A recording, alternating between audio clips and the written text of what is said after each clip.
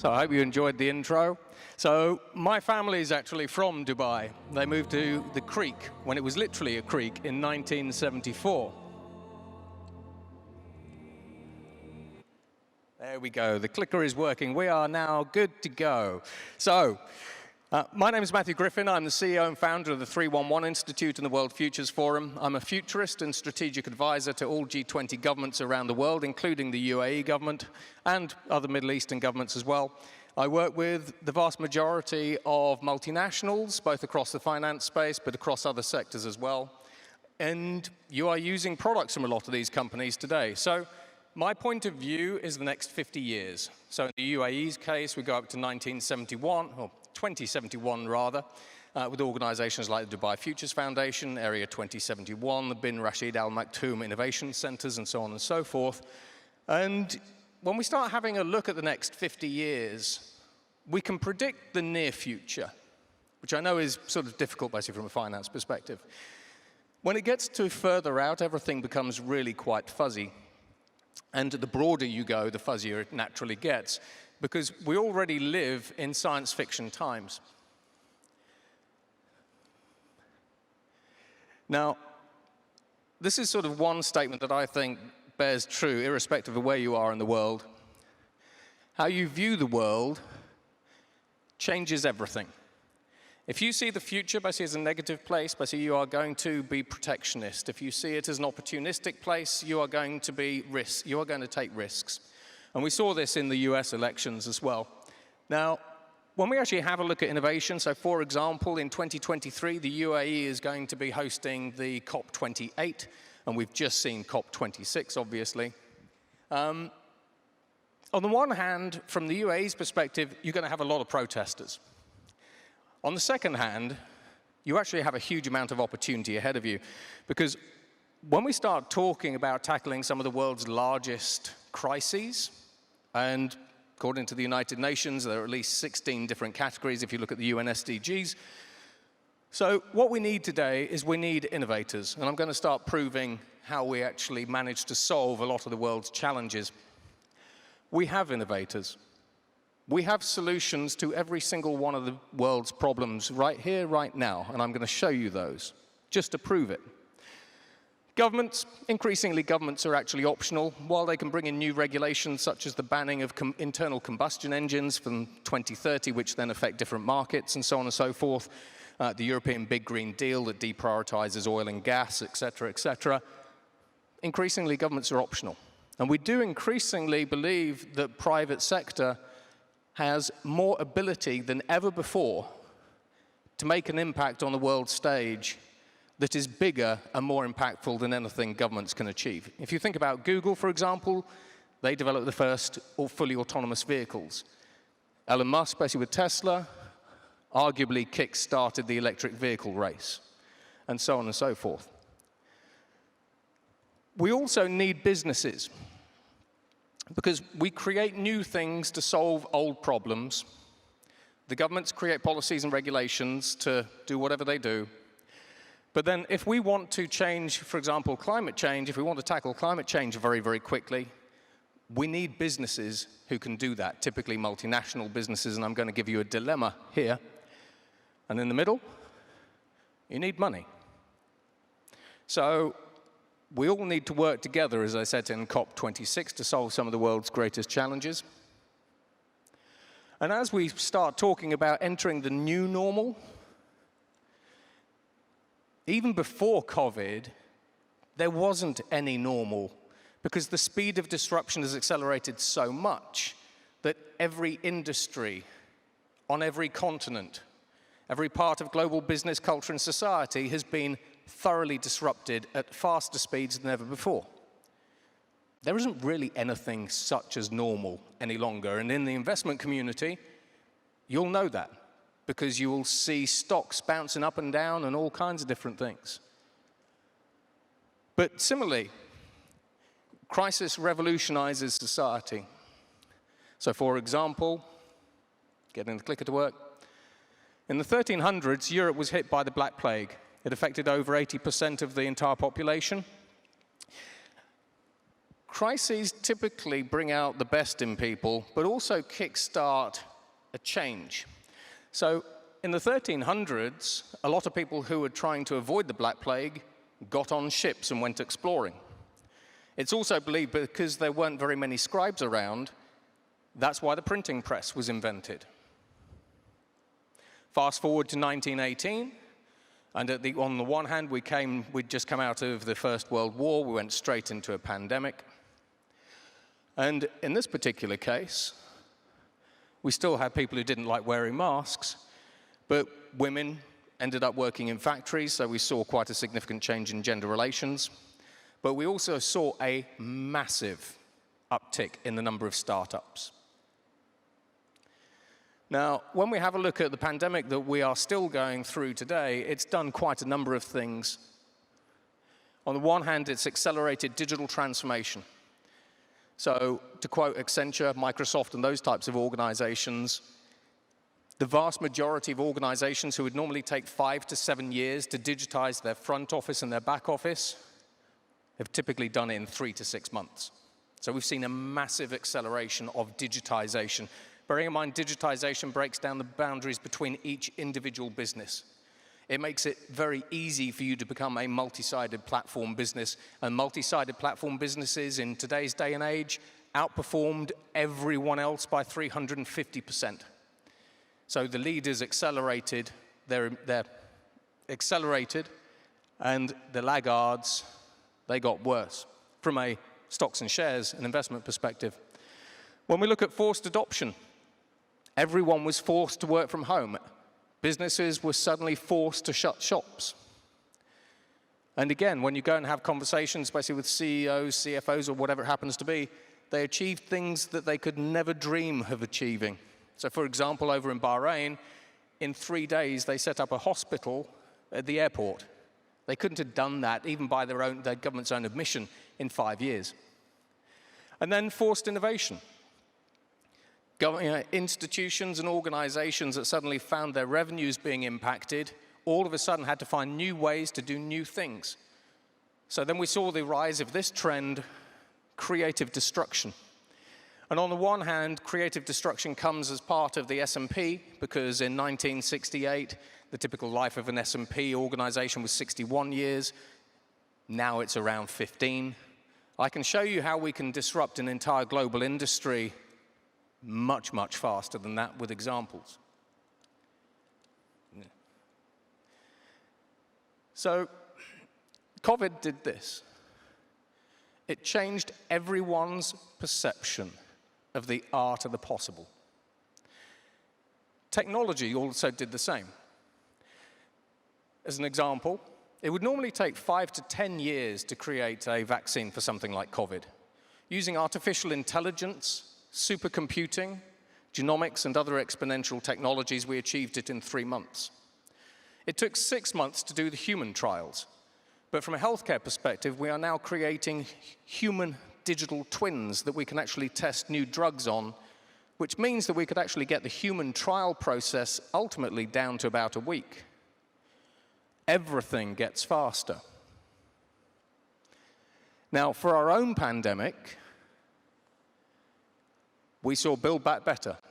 Now, Build Back Better typically comes out in things like ESG, European Green Deals, the Build Back Better initiative in the UK, going green and sustainable, creating this kind of new future. But we also saw a startup boom. We saw an 85% increase in the number of global new business registrations. Does that sound familiar? This is a repetition, almost, of 100 years ago, and kind of a repetition of almost 700 years ago, when crisis hit society. I'm trying to find where the clicker goes. There we go. So when we have a look at the speed of change, moving up there, consider this. When we sort of look at the television, you'll all have seen this kind of graph. To hit 50 million users, it used to take 75 years. Pokemon Go, basically when Pokemon Go came out, it hit 50 million users basically within 16 days. Call of Duty hit 100 million users in 6 days. Which then begs the question, if you look at this graph and you have a natural continuation, at what point do we disrupt something? maybe a global industry like the global financial services industry within one day. And if you think that's impossible, we have 3.5 billion people on the planet connected today. We have another 3.5 to 4 billion people coming online with space internet systems. We have an increasingly digital and connected society. So Facebook and Libra could have disrupted global banking and the state's control of money by the admission of the chairman of the People's Bank of China, the ECB, the Bank of England, and the US Fed in one day. Because Mark Zuckerberg, had the regulators allowed it, and that's the key, had the regulators allowed Libra to go live, Mark Zuckerberg could have pushed the button, and technically he could have had 3.2 billion people using it on day one. He could easily have had 100 to 200, maybe even 500 million people using it at day one. That changes the money markets. Facebook would have been the 6th largest country. They would have been able to have an impact on foreign exchange rates because Libra was a basket of currencies.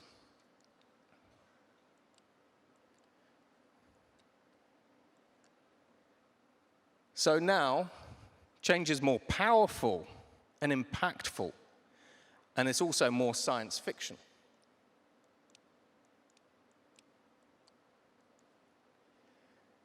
So when you have a look at your own sector, the technologies I list here, I follow over 450 exponential technologies. This particular chart is my starburst. It goes from 2020 to 2071. There are 178 exponential technologies on here. Each one of these technologies is worth about $500 billion from an addressable market opportunity perspective. Each one of these technologies can either destroy an industry, disrupt an industry, or, in the case of general purpose technologies like artificial intelligence, can disrupt all of them. So for example, and I'm not really going to go around this at too length, number 2, advanced manufacturing up there, 3D printing. 3D printing fundamentally disrupts the $10 trillion manufacturing industry, also disrupts the construction industry. In addition to that, bioreactors. No one really knows about bioreactors. Bioreactors disrupt the global agricultural industry as well as global supply chains. As I say, I'm not going to go through all of these by any stretch. Connectivity. 5G fundamentally disrupts the markets. 5G's got an estimated market opportunity of about $12 trillion. Quantum computing, for example, changes how you do your risk matrices. Quantum computing, artificial intelligence, fundamentally changes your own industry at scale, at amazing speed.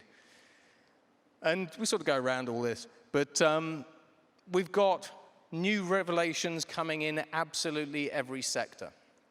When you combine all of these different technologies together, I can either destroy all of the value in your portfolios, or I can create new value. Hence some of the funds, basically, that we actually see. I'm not sure what's up with the clicker, sorry. God, blimey. We'll get there with the clicker. So maybe if I stand over here. Every industry is being disrupted. So when you have a look at your own portfolios, every single industry that you have a position in is being disrupted. Global food industry, I'm going to be talking about that in a bit. Oh my God. The energy industry, we have over 2.5 trillion watts of renewables installed, and last year we had 250 gigawatts of new energy from renewables installed. Comparing that to fossil fuels, which make up most people's investment portfolio, fossil fuels had an installation of about 60 gigawatts, and that's been declining. When we actually have a look at the financial services sector, basically we've got artificial intelligence, quantum technology and communications, basically we've got robo-advisors coming through. We also have fintechs, basically in decentralized finance. When we have a look at healthcare, I have the healthcare technologies now, basically to put you onto an intravenous drip if you have an inherited genetic disease.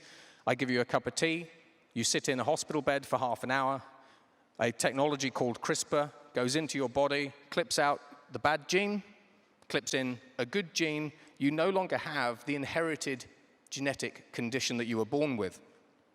That one technology solves over 6,000 inherited genetic conditions that today are uncurable. And that's before we get to some of the other things.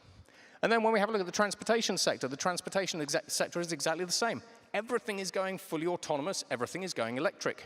And then there's conversations about battery electric vehicles versus fuel cell and hydrogen electric vehicles. But we're also disrupting the construction industry. And this is happening in Dubai with 25% of the residential industry.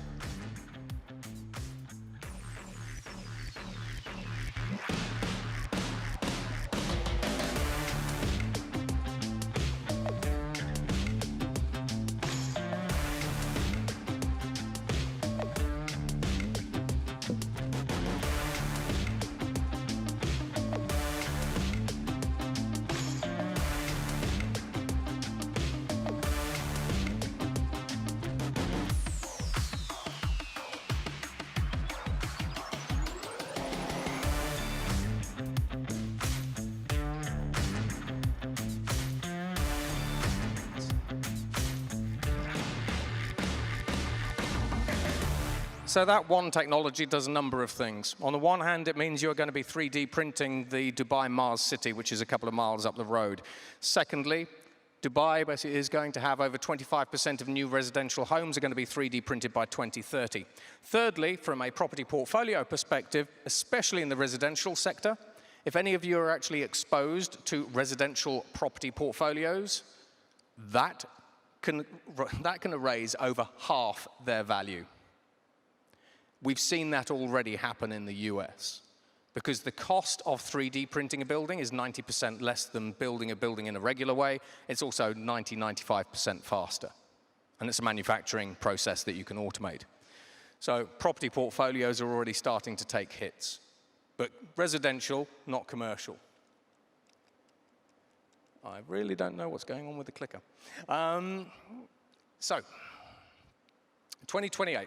So 2028 basically is an interesting year, because when you have conversations with biotech organizations around the world, they believe that 2028 is the point at which we reach something called escape velocity.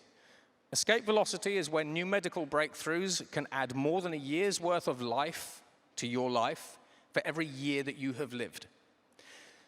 Which then means we are now on the upward cusp to realizing centennials as being the average life expectancy outside of COVID, and we can push to 125. Now, from a pensions portfolio, from an assets portfolio, if you look at the global asset managers, from a savings and investment perspective, from a private wealth office perspective, this changes everything. It changes how we save. It changes how you plan your estates. If you are a high net worth individual and you are looking to live to 125, bearing in mind Jeff Bezos has the Altus Institute, which is trying to do exactly that. You have Mark Zuckerberg with the Chen Institute, who are literally trying to get rid of disease. If you live to 125, the way that you plan your investments and your portfolios fundamentally changes. Do you now care about a warming planet because it's more than likely that in 2050 you'll start seeing the consequences? In addition to that, when we have a look at some of the other healthcare technologies, you're replaceable. So your parents might have actually said that you aren't replaceable. But fortunately, you are replaceable. Today, we can replace 70% of the human body. The brain is still mission critical, but we can 3D print human organs. In Israel, we've 3D printed a human heart. So if you have a heart attack in 10 years' time, we take stem cells from you, 3D print a new heart, and this heart that they printed in Israel actually works. We implant that into you, you leave the same day. We can already have 3D print a variety of different organs as well. So you are increasingly replaceable, a little bit like a car. If parts of your body fail, you go to hospital and you get those replaced. You know, today we do that with hips and bones and everything else, but increasingly we can do it with livers, kidneys, skin, muscle tissue, cartilage. We're also able, right now, to create humans that are resistant and immune from every single known pathogen on Earth. This was carried out illegally in China using a CRISPR technology. So gene editing is an incredibly powerful technology, and actually disrupts more than the healthcare industry. You can disrupt the energy industry with it as well. And in addition to that, as I've explained better with in vivo gene editing, we can redesign you. So while these are still going through regulation, this is the stuff that from a portfolio perspective, an opportunity portfolio, when we talk about the future of healthcare and healthcare investments, that you start thinking about.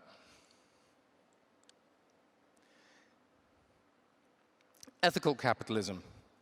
So when I go around the world, and we've seen lots of these different kinds of surveys, younger generations especially believe that capitalism as we see it today is broken.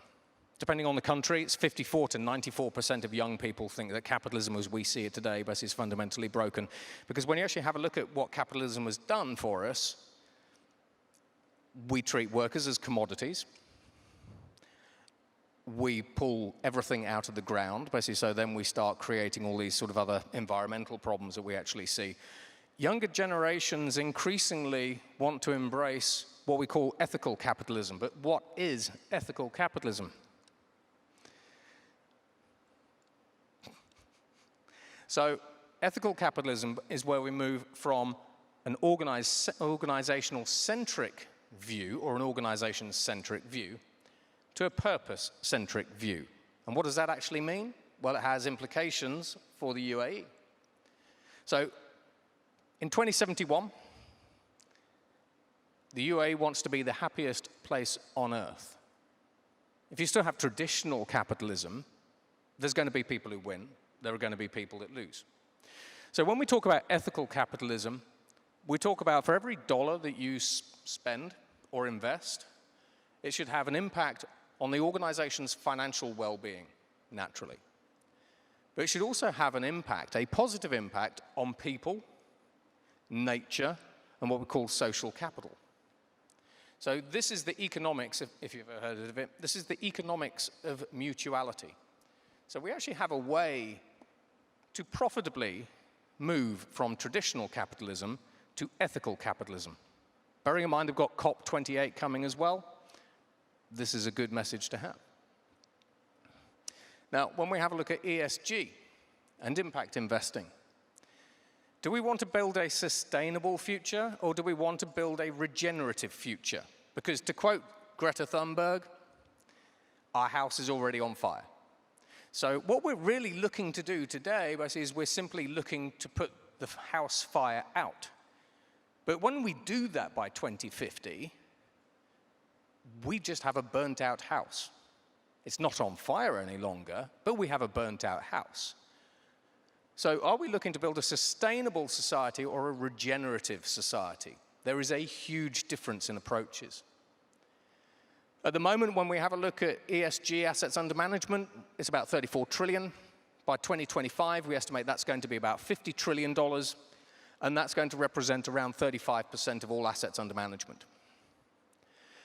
Furthermore, when we actually have a look at the cost of trying to get to net zero, it's estimated that we need to spend $92 trillion getting to net zero.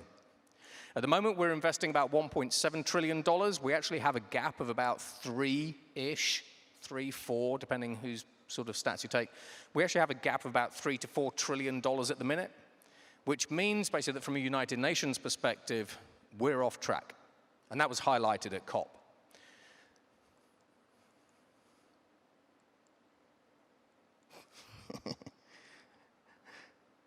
So why does sustainability matter?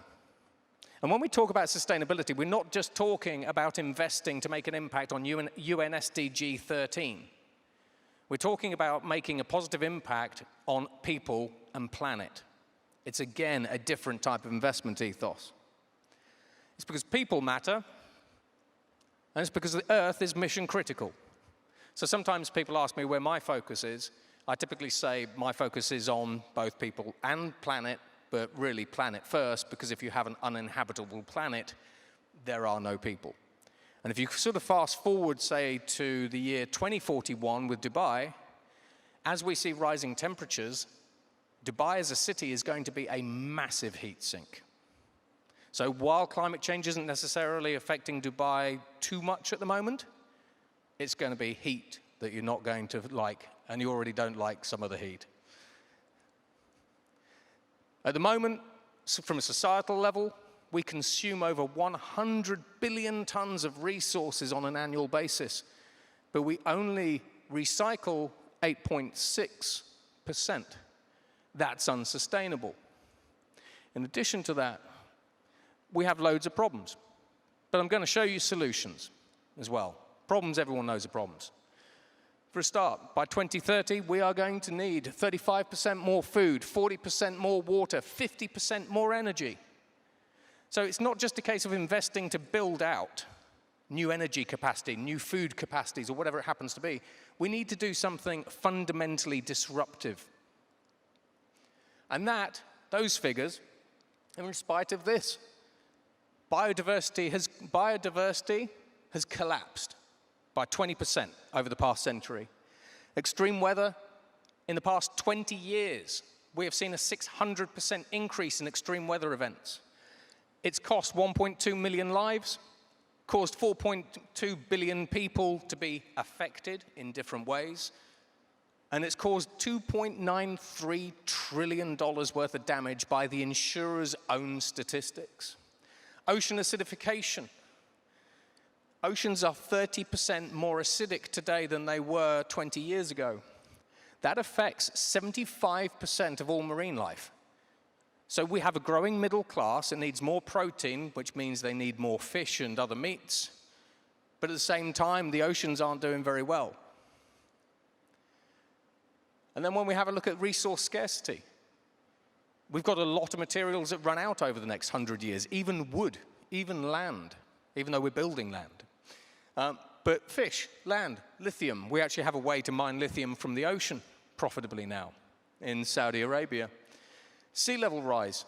Sea levels are rising at about 8 millimeters per year. That affects over 570 cities and affects 1 billion people. Water stress. By the United Nations' own statistics, they estimate that 129 countries will be in a state of water stress by 2030. Water stress is determined by this. Can you grow crops or not? So 129 countries are going to have problems with water stress. In California, 85% of California is in extreme drought. That's not only affected their ability to grow food and produce, their hydroelectric dams are no longer generating electricity. The Hoover Dam is 1 meter away, basically, from shutting down. I said I'd talk about solutions. Talking about problems is easy. And this is where you guys come in from an investment perspective. So energy. We are literally in the middle of an energy revolution. I was up at ADIPEC, up at the ADNEC conference a couple of days ago. Everyone's switching to renewables and hydrogen, which I weren't even having those conversations 5 years ago. But when we actually have a look at the future energy matrix, we've got carbon capture. Those are increasingly getting cheaper. Wireless energy transmission, structural batteries, nuclear will form part of the future mix. So we have mini nuclear reactors. So really the future mix is hydrogen, renewables, and nuclear. We can already 3D print lithium-ion batteries to create batteries that are 400% more energy dense than anything in an electric vehicle. So when we talk about energy solutions, all these are big topics in themselves. We have lots of solutions. In addition to that, solar power generation is the cheapest form of electricity now in over 60 countries. It also accounts with wind for 80% of all new energy installations. The big numbers, 17 and 20, we already have solar panels that are 20% energy efficient. At that point, the International Energy Administration say that we now have solar is now the cheapest form of electricity generation in history. We're generating at about $20 per megawatt hour. Fossil fuels cannot come back from that. We're getting cheaper than coal. In fact, we are cheaper than coal. However, that's what we can do with a solar panel that's 20% energy efficient. We have a pathway to 132%. And these are prototyped. We already have 48%. Because we go from silicon solar panels to Perscovite to bacteria to silicon solar panels that can reclaim heat, and then the 132% number that's black silicon. So we use 3D printing to create a nanophotonic material that catches all the small wavelengths of light to create black silicon. 132%. The energy mix is changing at a fundamental level. But I'm going to give you a dilemma. When you start having conversations with your own clients, basically, how many of your clients basically are saying, we want to get out of oil and gas? And as a portfolio, basically, most of you are probably dumping oil and gas as well. But at the start, I said, what we have is we have solutions. And provided we have money, you then need people to build wind farms. So as an industry, your dilemma is this. If we want to make Greta Thunberg happy, and we want to move from an old energy economy to a new energy economy as quickly as possible, do you go and ask the one-man band to build your giant wind farm, or do you go and ask ADNOC or BP? That's a real dilemma. And when you actually have a look at investment based in the oil and gas sector, or oil and gas companies, it's fallen from $750 billion in 2014 to about $250 billion in 2019. So actually disinvesting, basically in some of these large companies who are trying to transition themselves, actually hobbles our own efforts to solve climate change. That's a real dilemma. Can you imagine going to any of your clients and saying, so what we've done is we've actually just put a portfolio forward for ADNOC. They'll go, what are you doing that for? Haven't you heard of this thing called climate change? Food. So vertical farms. We've got vertical farms in Masdar, basically up the Sheikh Zayed Road as well. This one technology basically turns the UAE from a net food importer to an exporter, as well as creating self-sufficiency. We can take a space like this, we can put racks of lettuces, tier 3 crops and everything else, and we can grow them cheaper than you can find in a conventional supermarket. We can also eliminate over 95% of the environmental impact of traditional farming, because we can use hydro panels on the roof, which are solar panels that generate water from rainwater, water from the atmosphere. So we eliminate agriculture's need for potable water. Bearing in mind that trying to solve water is an issue, because agriculture uses 70% of the world's fresh water, more than us. But then we can grow crops in an organic way with 8 times the yield, also with no herbicides or pesticides, so we don't get any negative runoff. These companies are seeing billions of dollars of investment.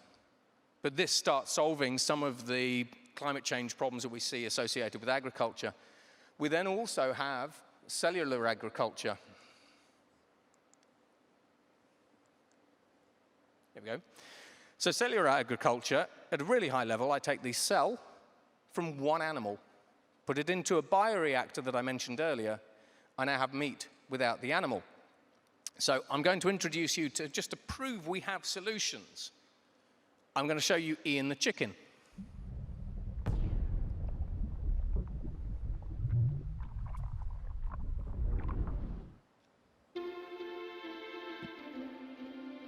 We've all been there, right? In the grocery store. Oh, I'll just buy this meat. And there it is. And all we have to do is buy it. We don't have to think about what it took to make that chicken in that nice packaging. But the reality of the way that it came about, it's incredibly unsustainable. And that's one of the biggest problems facing humanity right now. But we figured out a way to solve it.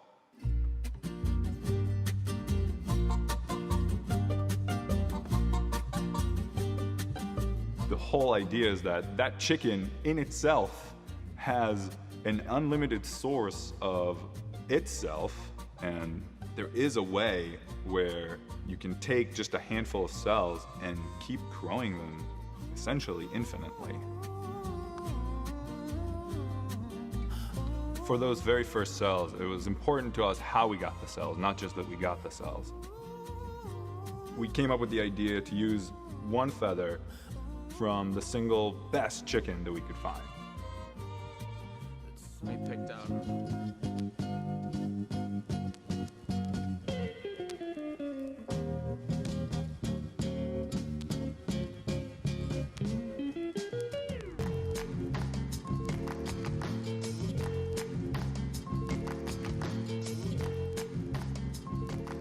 first thing we need to do is we need to identify a cell that we are going to use as the basic starter material. And then what we need to do is find a food for it to grow in. So we have to identify the right set of nutrients that will cause the cells to multiply, but not just multiply, but do so quickly and into high densities. Wake up, I wanna lift you up, I wanna dress you up, let's be friends. It was an out-of-body experience to sit there and eat a chicken, but have the chicken that you're eating running around in front of you. You don't imagine doing something like that. We have the technology to solve a whole variety of different global problems. Water, what about solving water? 3D printing. So 3D printed heat exchangers, we can extract 400 liters of water directly out of the air. Whether it's here, we can do about 3 liters out of a desert environment like the Sahara. Now, as for banking, though, when we have a look at kind of traditional banking, it's always about your customers. But when we actually have a look at banking, I consider banking a little bit broken because I'm a banking customer. And what I mean by that is banks take my money, give me literally no return, and then farm that money out and loan that money out basically to other organizations to do whatever they want to. Now, part of this basically isn't necessarily the financial services industry's fault. It's kind of the Medici's fault. So in 1397, the Medici Bank was created.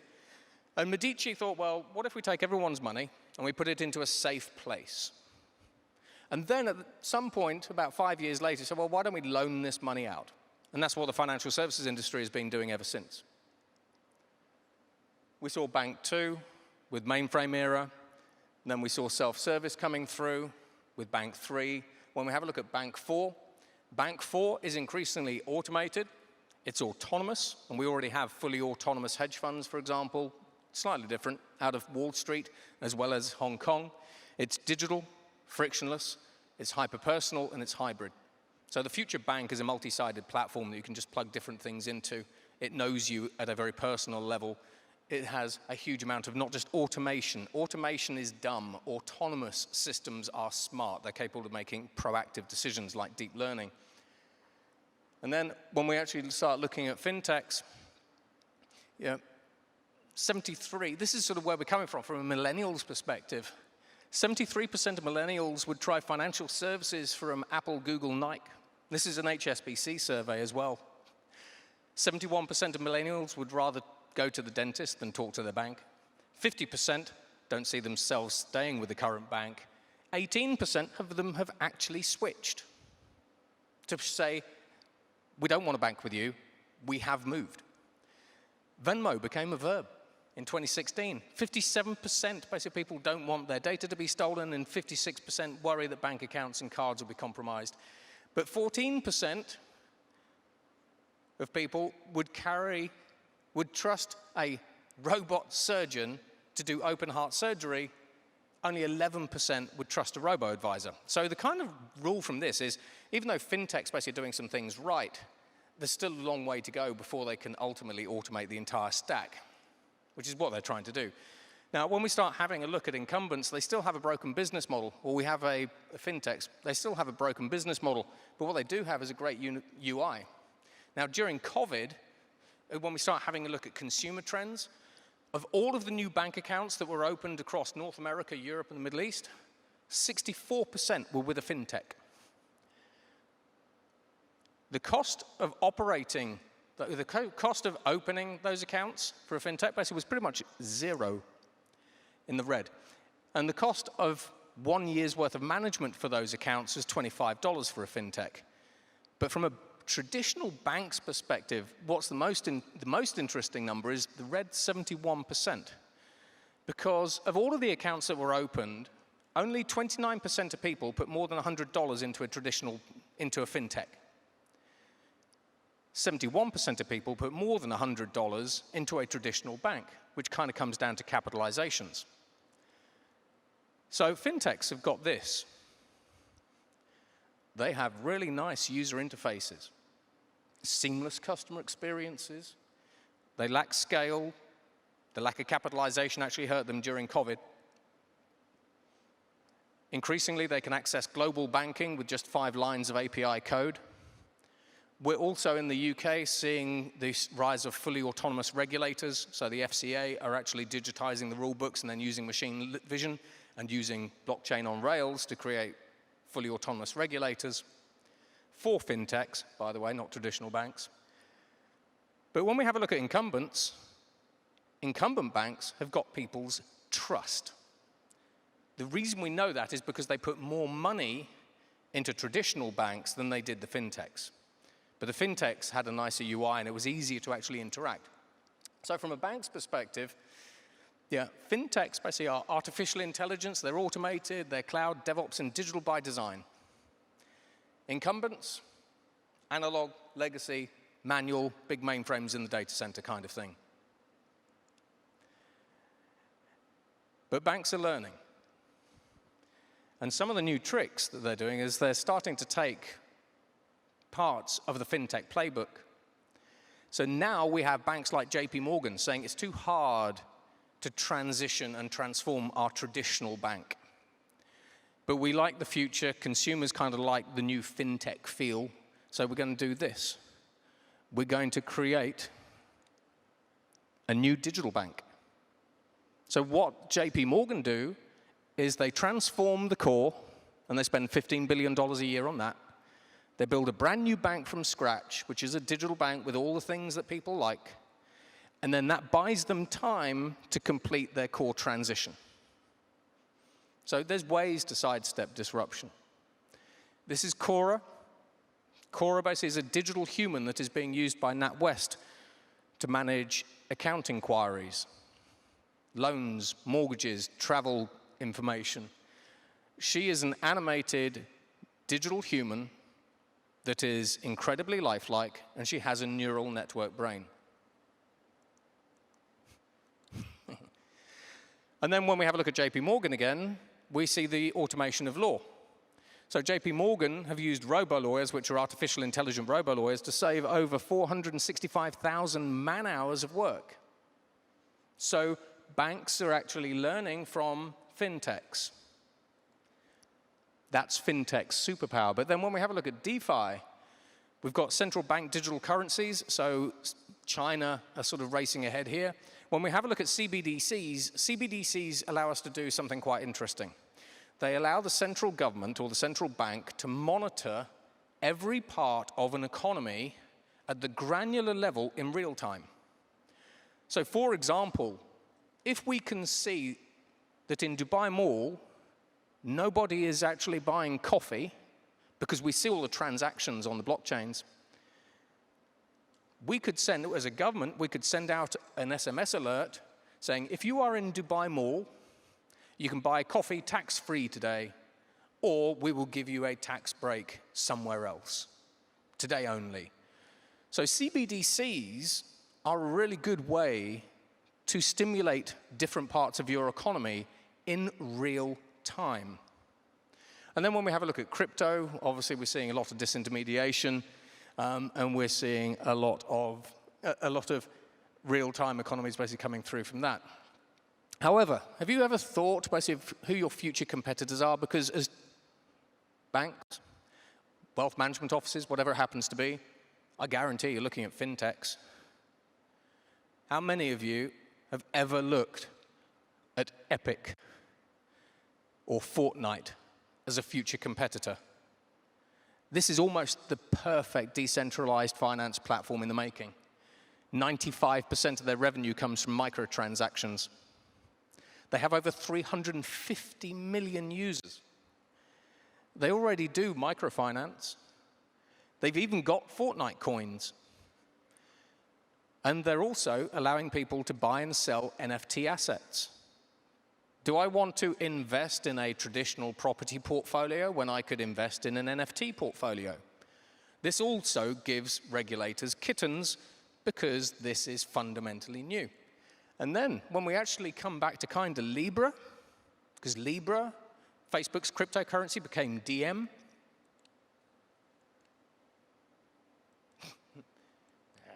It'll get there eventually. Here we go. So when we actually have a look at Facebook or Meta building the Metaverse, exactly the same thing. Meta could put DM into the heart of Facebook with 3.2 billion users. They could deliver different types of microfinance, different types of finance, different types of investment options. And they're also building a massive NFT marketplace. So, sort of bringing this full circle, originally I said everything was about the customer, right? I give my money to my bank gives it to other people and loans it out at a high rate, and on the interest that I gain, I have no idea how they did that. There's no transparency. In fact, one of the banks basically I use actually ended up financing Iran a little while ago, which is naughty of them. So when we start talking about the art of the possible, as an individual consumer, why don't I do this? Why don't I become the investor? Technology decentralizes all manner of different services. And I know what you're thinking. You're thinking, no, you don't want to become an investor because you aren't a professional. We are the professionals. We look at the markets. We analyze the risks. And then we come up basically with a strategy for you. But this is a customer-first strategy. Using decentralized finance platforms, I'm in control. Even if I'm not the right person to be in control. That's a matter for the regulators and an education matter. I might be absolutely rubbish at investing. But nevertheless, I'm in control. I can choose what I invest in. In addition to that, I can choose who I lend my own money to on a peer-to-peer system. These systems are also increasingly fully autonomous because AI is my future co-pilot. And when you have a look at the quantitative trading piece, artificial intelligence generated returns in the alternative finance sector of 64%. It smashed human traders. And that's before we talk about RBS making all of its wealth management advisors redundant because their own artificial intelligence was creating bigger returns and cost a lot less money. And also, I have social finance as well. So I can see, so a little bit like Robin Hood. And that has caused the SEC no manner of problems because they didn't see it coming. So we're increasingly in the wild, wild west. But if I take decentralized finance, is decentralized finance Bank 5? And what happens from my perspective is, why don't I just do this? I want to put my money in a safe place. That's what I do with a traditional bank today. So I give all my money to Nike or Apple or Google because they have huge balance sheets. They're able to cover the liabilities. So I give Nike all my money. Nike is my bank account. They have hooks into decentralized finance. So via a Nike platform, I can do all sorts of different things. I can figure out what I could invest in because I have a robo-advisor. Or I have a human advisor. We could plug them in as well. And from my perspective, I want to save the planet. Because the investments that I have with my banks, I have no idea what they're doing with my money. I want to save the sloth. And Save the Sloth campaigns are on decentralized finance platforms. So I choose to take 100 of my dollars, or if I'm an HNW, 10 million of my dollars, and invest it in saving the sloth. And I can get updates and everything else on how sloths are doing. I can't do that with any traditional incumbent bank or fintech today. And then, it kind of then brings us to this. I need a new clicker. Do you like the picture of the sloth? Is up there for a while. So in summary, when we actually have a look at a world in transition, I said everything was about the customer. But when it comes to saving the planet, people and planet, I've shown you solutions for energy, food, and water. I have solutions for the rest. Technically, we could use decentralized finance to help resolve poverty to different degrees, which then means that we have the technology. we have businesses. And what we now need in the middle is finance, which then means that realistically, this entire presentation is actually about you. So thank you very much. Thank you for putting up with the clicker and me. And it's been very nice to be here. Thank you very much.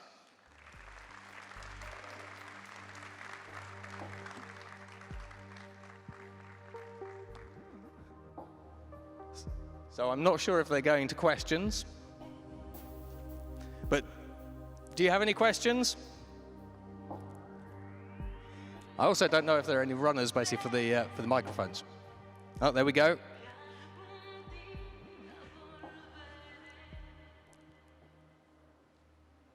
So does anyone have a question? Or are you too busy thinking about the sloth? It's bright, so I can't see. No? Well, it's been lovely being here. Thank you very much for listening, and enjoy the rest of the day. Take care.